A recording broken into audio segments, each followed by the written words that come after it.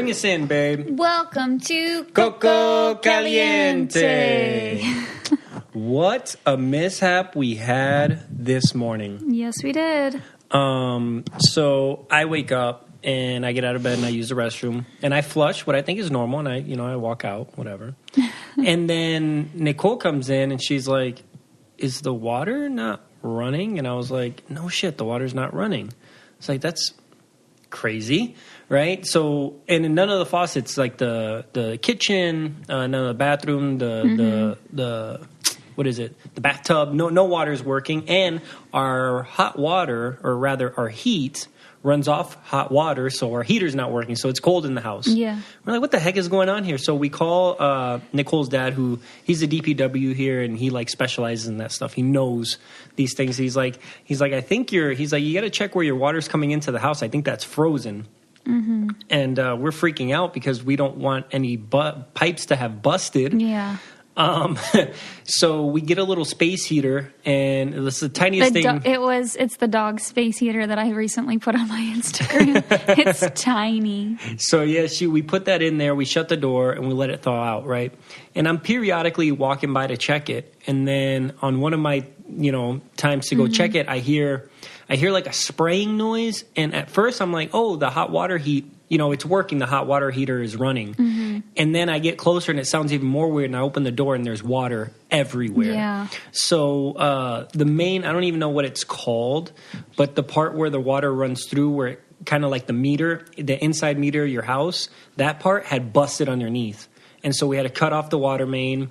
We had to get Dave out here to change it and fix it. Mm-hmm. And then, thank God, that was pretty much it. I mean, yeah. Now the only thing that we're waiting on, because now all the hot water is running in the house and normal water, the only thing is the toilet. I think that water comes from more underneath. I'm not sure, but I don't know. I think that's the most important one. The toilet's not flushing now still? No, the water is not coming into the toilet, so yeah, it wouldn't be flushing. So well, that's weird. I know. I don't know what part that's from. Probably something is still frozen underneath somewhere. Because that water maybe comes in separate. I have no idea, but so it could have been much worse. We're so thankful it could have busted like while we were sleeping, and the whole house could have flooded, or it could have busted in a week 3 weeks when we're in Florida for our wedding. Yeah. It could just have been a lot worse. So I'm just so grateful.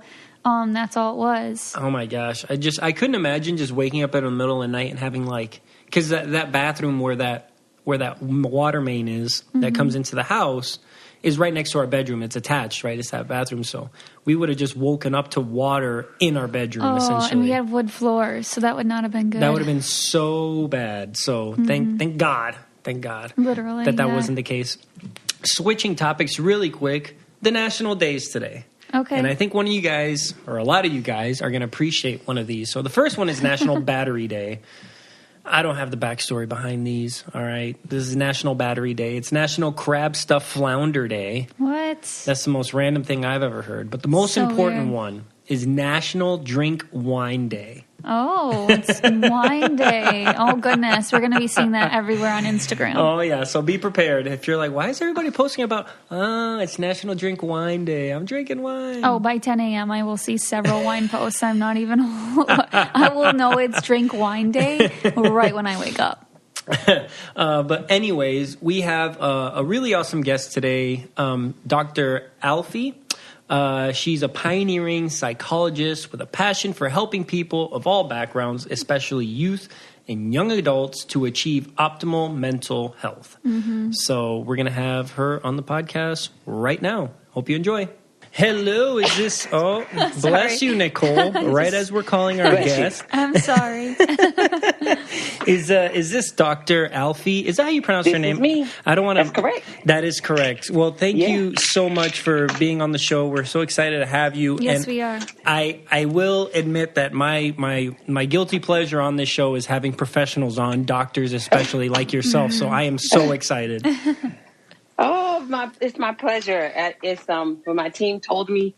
I think, did I read correctly? Were you on The Amazing Race? Yes, we were. So my daughter is a fan. Aww. And so when I told her, she's like, "Oh my God, Mom!"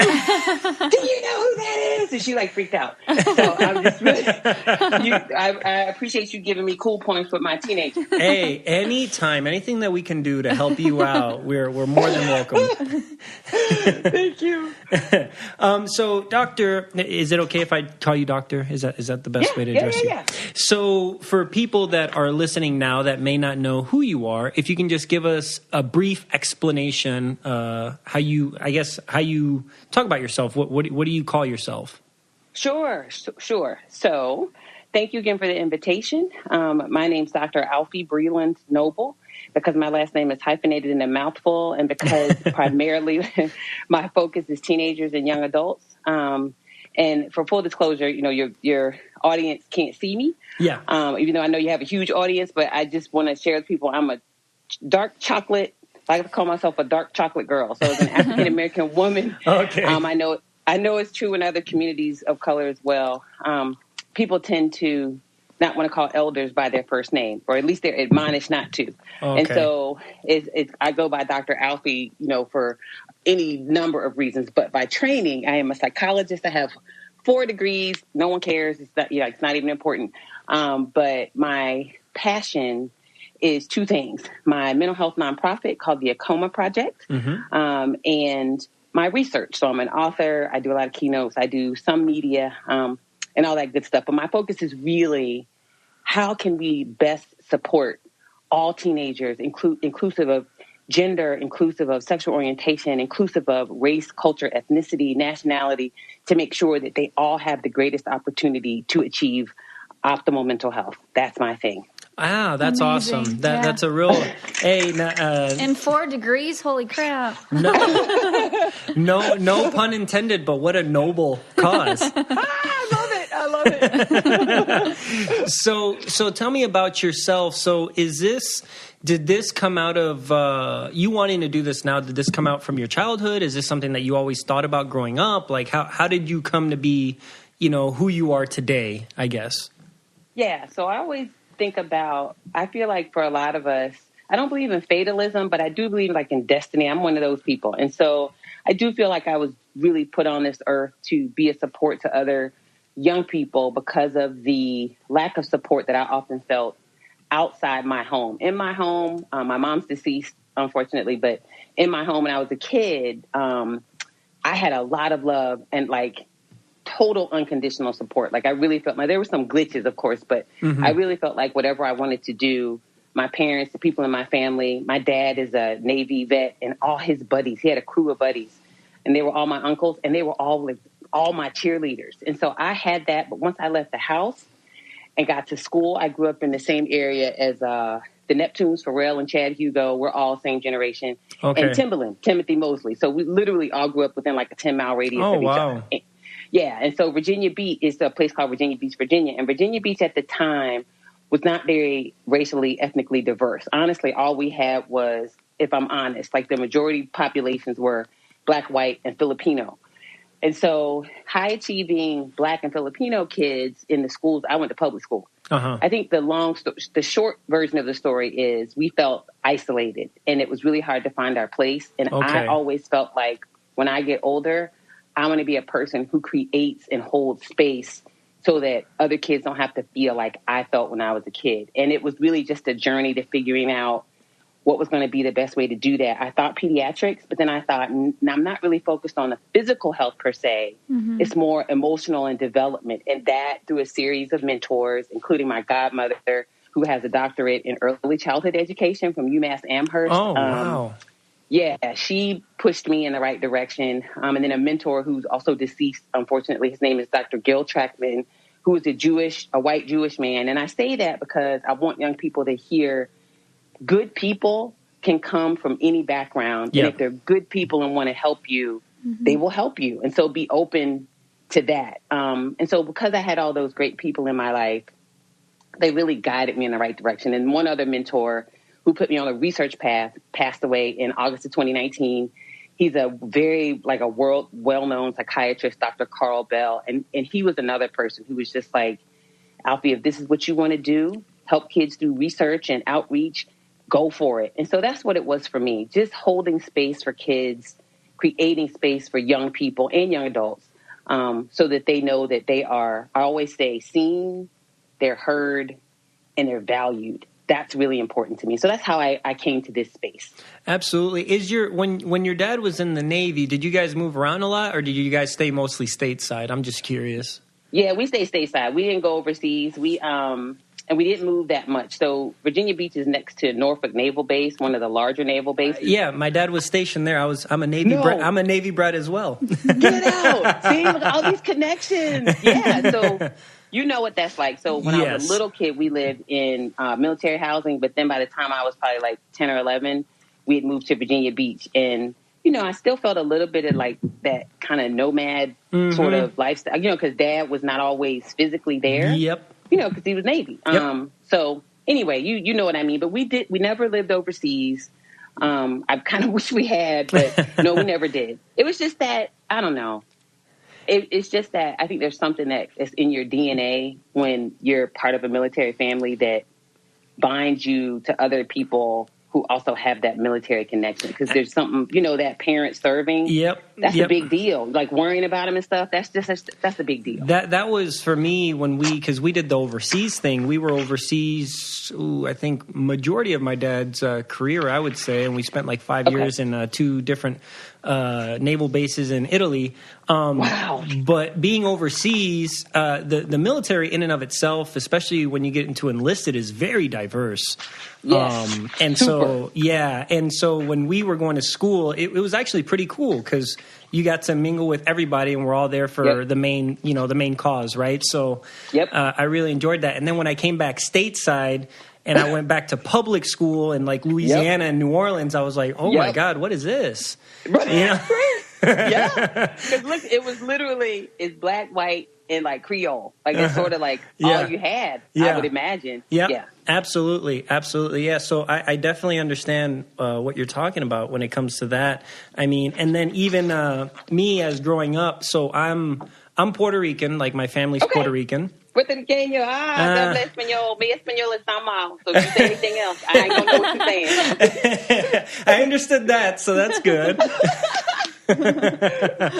And then so growing up, I guess, around the world being Puerto Rican, but then after Hurricane Katrina, I went to Puerto Rico. That's where I had to live for a year. They called me the white guy in Puerto Rico, but then back stateside, they called me the Puerto Rican, so I didn't really fit in with either group. You know what I mean? Yep.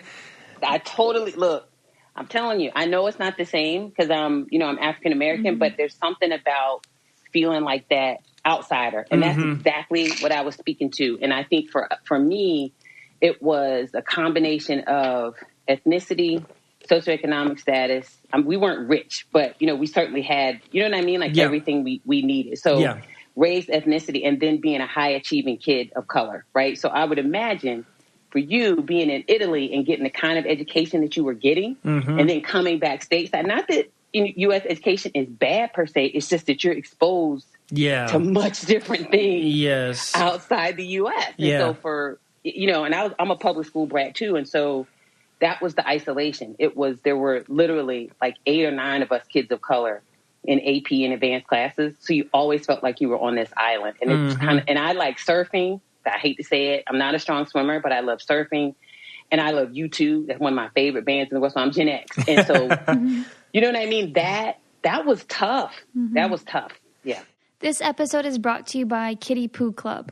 Working from home means more time for your morning coffee and an occasional afternoon nap, and of course the opportunity for your furry feline friend to walk across the keyboard in the middle of your Zoom call. You love having your cat around, but you don't love being around the litter box. Kitty Poo Club is an all-in-one litter box solution designed to be convenient for you. Every month, Kitty Poo Club delivers an affordable, high-quality, recyclable litter box that's pre-filled with the litter of your choice. When the month is up, just recycle the box and Kitty Poo Club will automatically deliver a new one to you.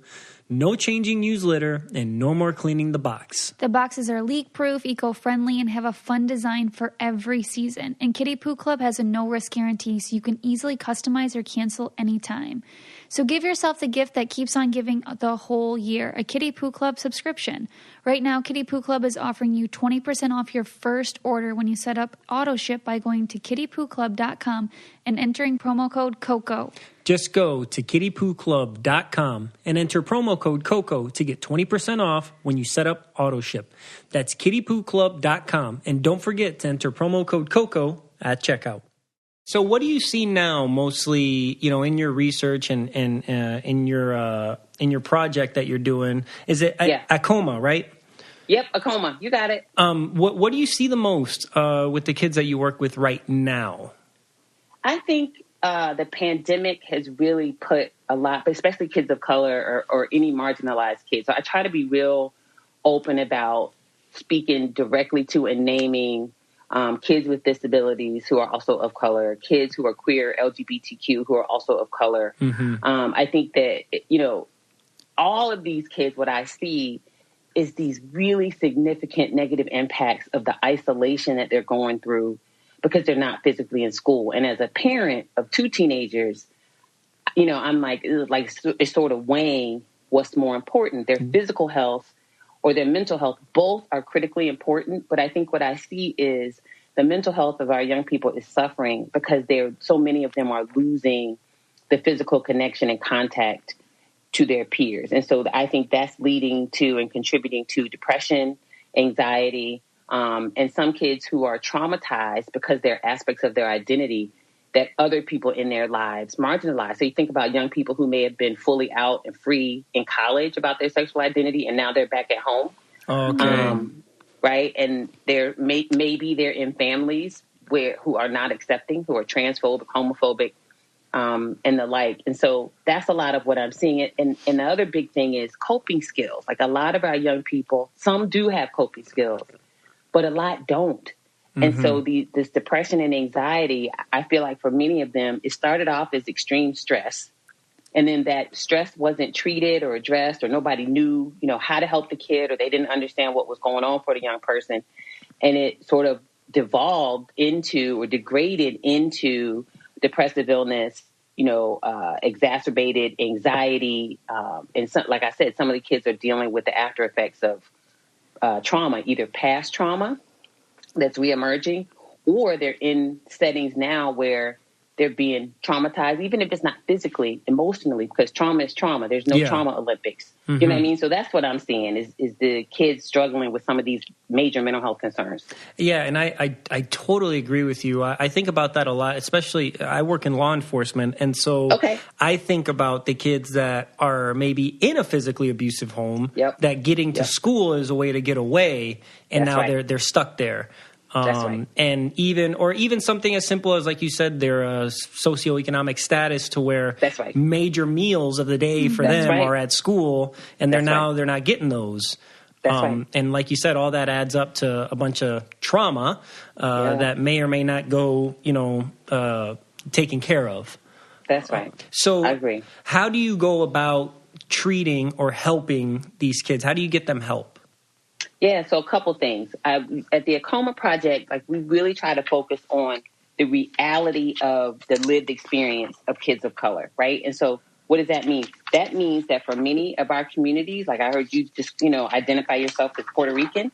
We know in Puerto Rican and Black and many other communities of color, going to a mental health professional, not happening. Yeah. Yep. Right. We're not doing it. And it's not to say that no people in our communities do it, or Asian or Native or Arab MENA or other communities of color.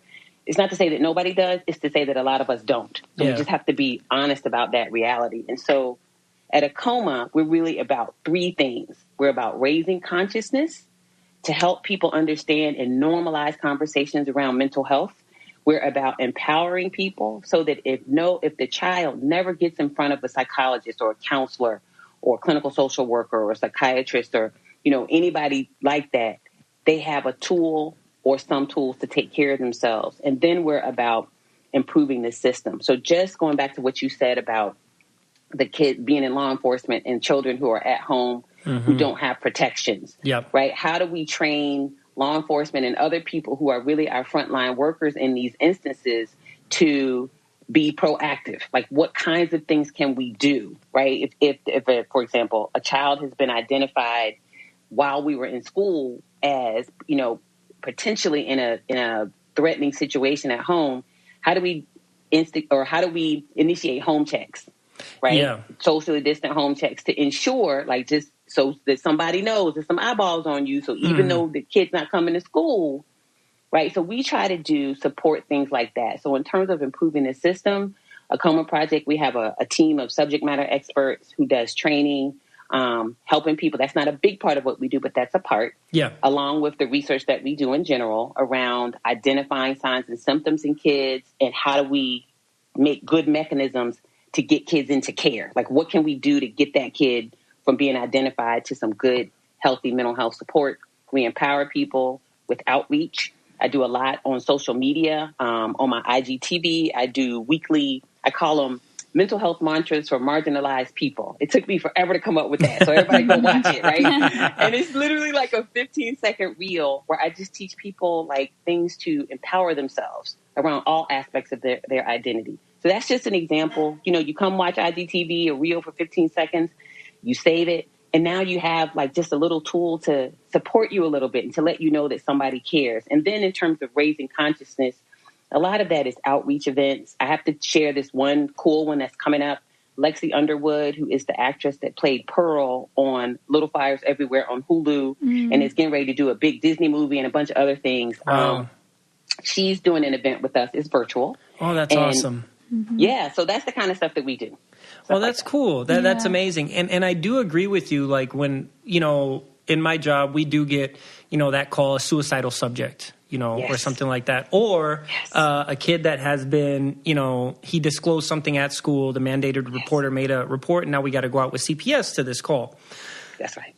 There's only certain stuff that law enforcement us can do if we're going by ourselves to a suicidal call, because I'm only trained so much to talk to the person and maybe get them to go to the hospital, and then from there the hospital takes it over. But then if they don't get any help after they go to the hospital, we're kind of back to square one a few weeks later. That's right. That's right. And that's tough for us, right? Because it's like, what do we do, right? That's right. That's right. And same with, like, if we're going to a household, it's like, we're checking up on that kid, but unless something in and of itself criminal is happening, we're at the mercy of CPS, and they do a good job and they do as best they can, but there's probably more that can be done, right? I agree. So some of the ways, I think you're right, and I think what I always try to come back to is we can only fix the portion that is tasked to us or is assigned to us. Because if I try to think about how big it all is, I just get over, you get overwhelmed. You don't want to do anything. It's like, well, I can't help. And I think what you're describing, little things that are sort of baby steps, like suicide intervention training. We used to call it SIT training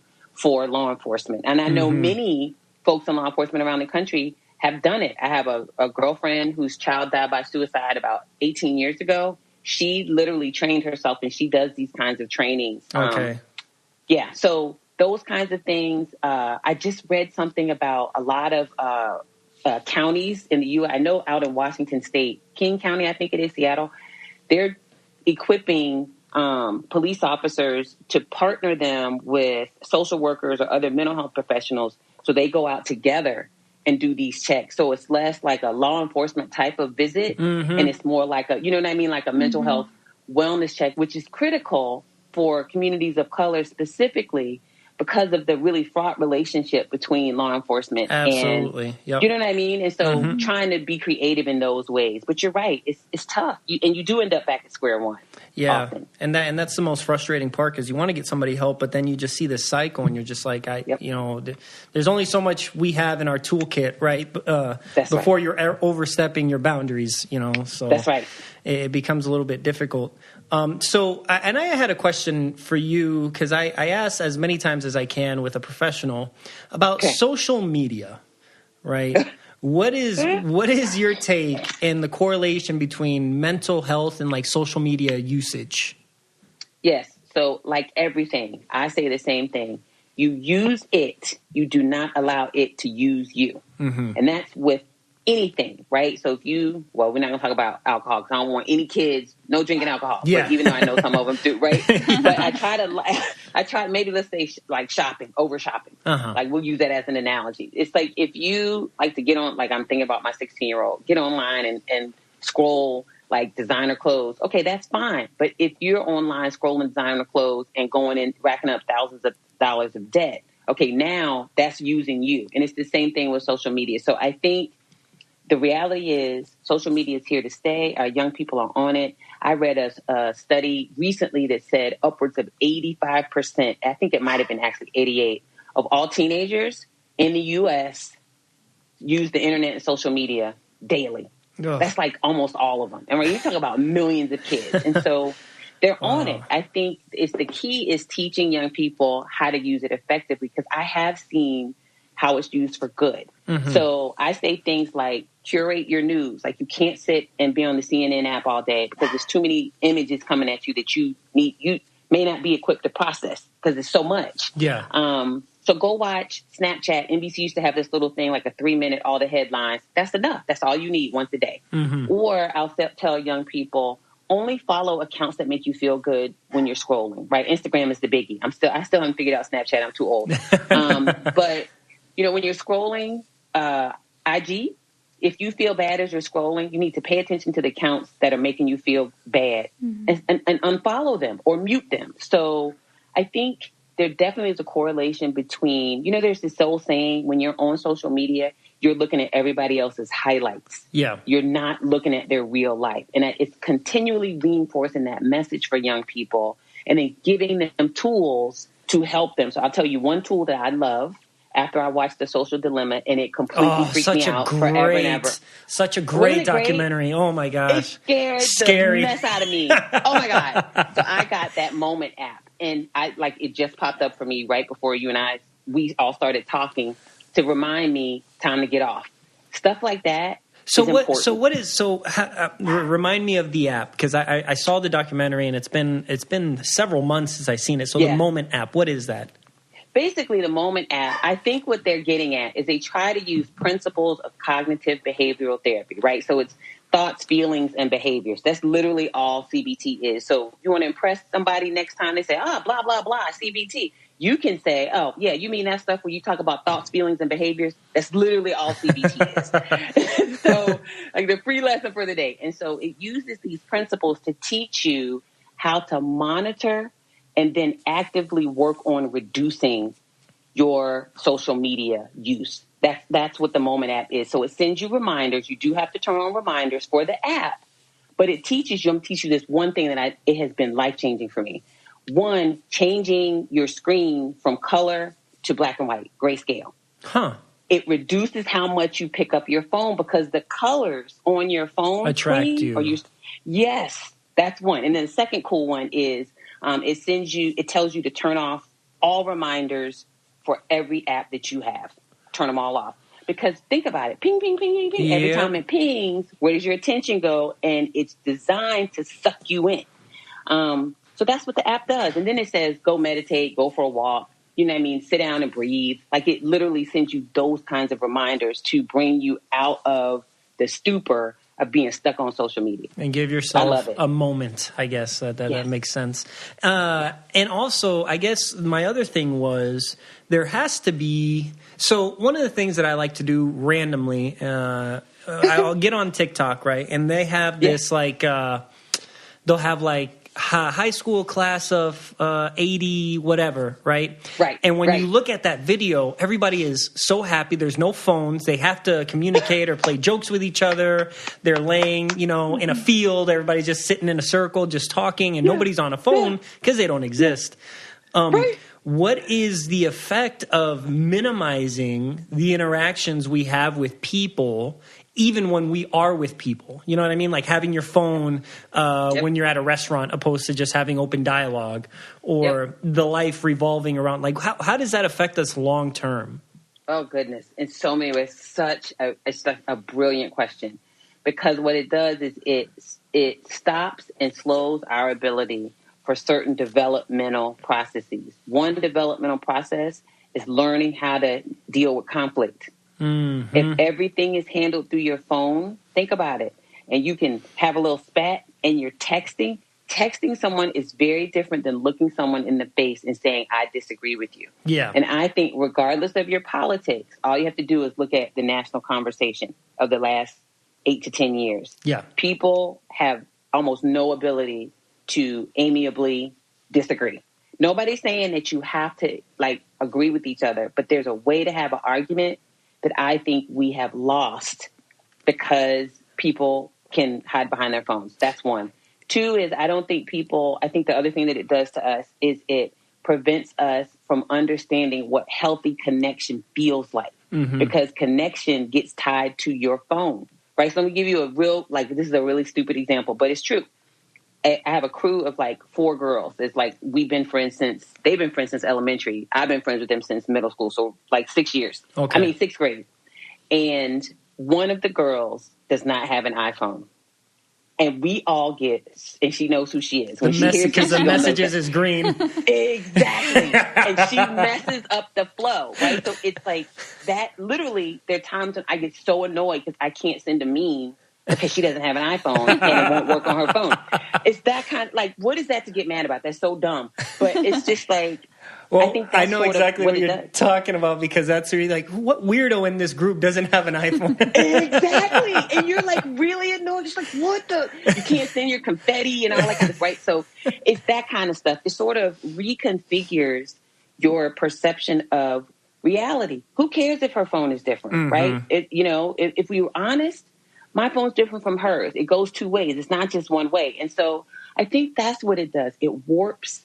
That's a really crude way of saying it often warps our perception of reality. Because when you have a code for in real life, IRL, it's kind of wait, what?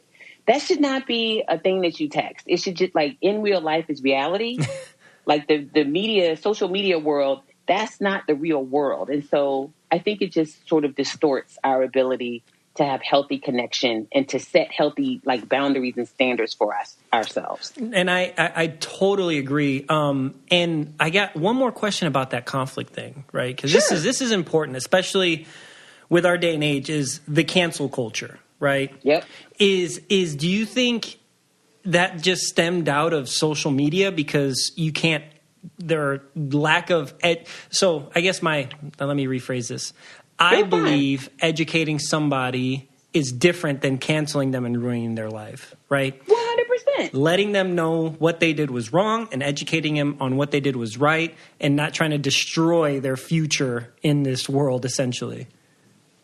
Yes, exactly. I agree that cancel culture doesn't help people. And I think that there's 2 big things to that for me. One of them is that hiding behind a screen allows you or gives people the freedom to say things that they would never, well, with the exception of the last 4 years, they would have never, right? You think about it, said in person. So there's this arc where people get desensitized,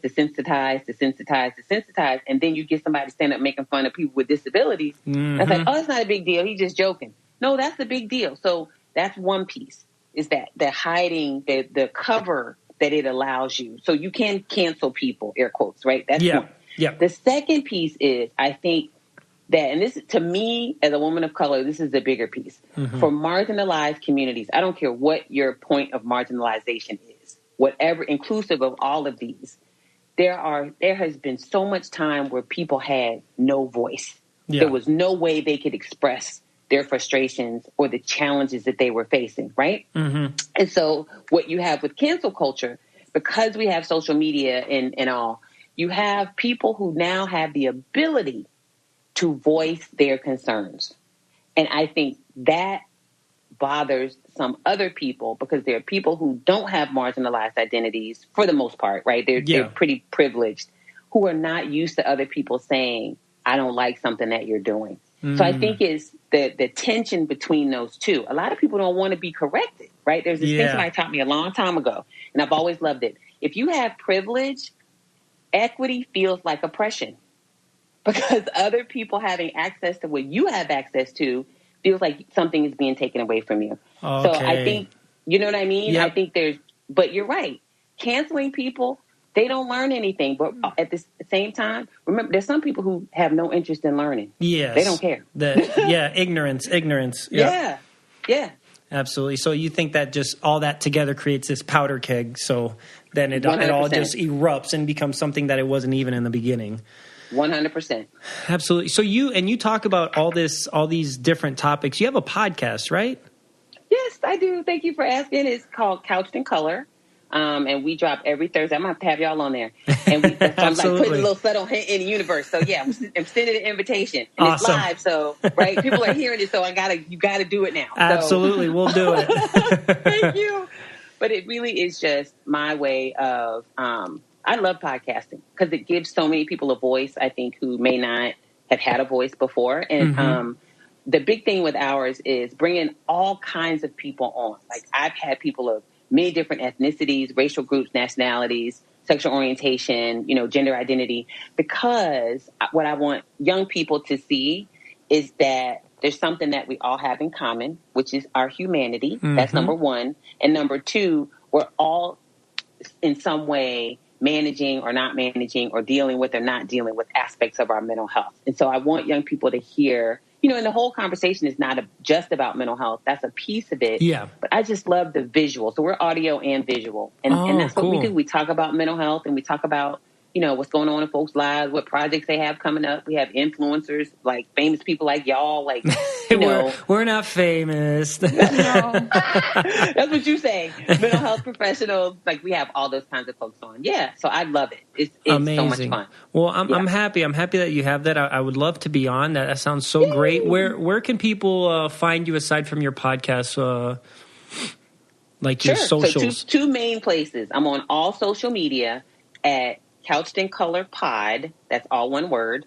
On Twitter, you leave off the pod. It's just Couched in Color because not enough characters. A Coma Project, which is 2 A's, KOMA, a Coma Project, one word, all social media. And then the easiest thing is probably both of my websites, so they're easy, dralfiee.com and acomaproject.org. So if you go either one of those, it'll take you to all my social media because I have those links to my socials.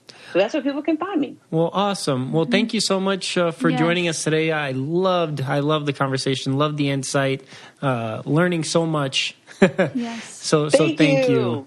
Me too. Thank you for having me, and y'all take care. All right, you too. Bye-bye. Okay. Bye. What a great conversation it was with Dr. Alfiee. I like saying her last name, or rather her first name. Yeah, I like saying her first name. Yeah, I like it. I like hearing it.